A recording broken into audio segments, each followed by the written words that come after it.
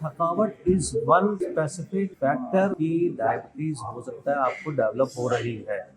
Second thing कोई कहे मुझे जी पहले तो दिन में ठीक था, यूरिन बार बार जाना पड़ता मुझे और मेरा वेट लॉस हो रहा है, मैं खाता भी ठीक हूँ मगर वेट लॉस हो रहा है। ये सिम्टम्स है diabetes, obesity, diabetes, fatty liver. तो ये तीनों चीजें रिस्क बढ़ाती है हमारी हार्ट डिजीज का, रिस्क बढ़ाती है हमारी ब्रेन डिजीज का और रिस्क बढ़ाती है हमारी किडनी डिजीज का।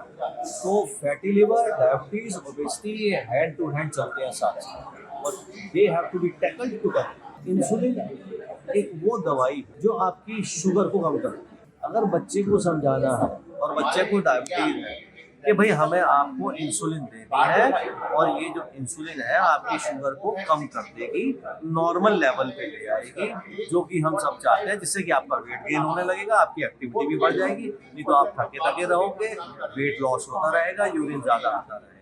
वेट लॉस शुगर जैसे जैसे बढ़ेगी, 300 शुगर हो गई, 350 शुरू करेगी, आपका वेट लॉस होना शुरू हो जाएगा। हमारे बॉडी में पेनक्रियास एक ग्लैंड होता है जो कि जिसके अंदर बीटा सेल्स होती है और वो बीटा सेल्स इंसुलिन निकालती है। अच्छा। जो नॉर्मली बीटा सेल्स 30 से 40 यूनिट तक टोटल डेली इंसुलिन निकालती है, जो कि हमारी बॉडी की शुगर को कंट्रोल करने के लिए सफिशिएंट होती है।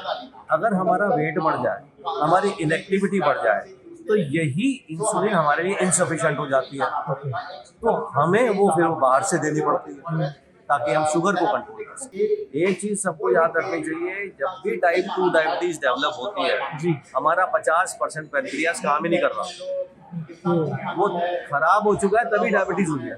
तो सारा काम है बीटा सेल और पेनक्रियास को बचाना, और उसका एक सबसे इम्पोर्टेंट मात्र तरीका है कि आप अच्छी फिजिकल एक्टिविटी रखें, रेगुलर वेट कंट्रोल रखें और अपने वेट को थोड़ा सा नॉर्मल से 1 या 2 किलो कम ही रखें, जिससे कि आपका पैनक्रियास एडिक्वेटली काम करता रहे। अर्ली सिम्टम्स है, उसी टाइम पे अगर आप अपनी शुगर चेक कराएं या अपने पैरामीटर चेक कराएं तो आप डिटेक्ट कर सकते हैं और एडिक्वेट प्रिकॉशन लेके आप उसको ठीक भी कर सकते हैं। So fat anywhere has to be tackled with the lifestyle changes of exercise, timely diet, stress-free environment, adequate sleep.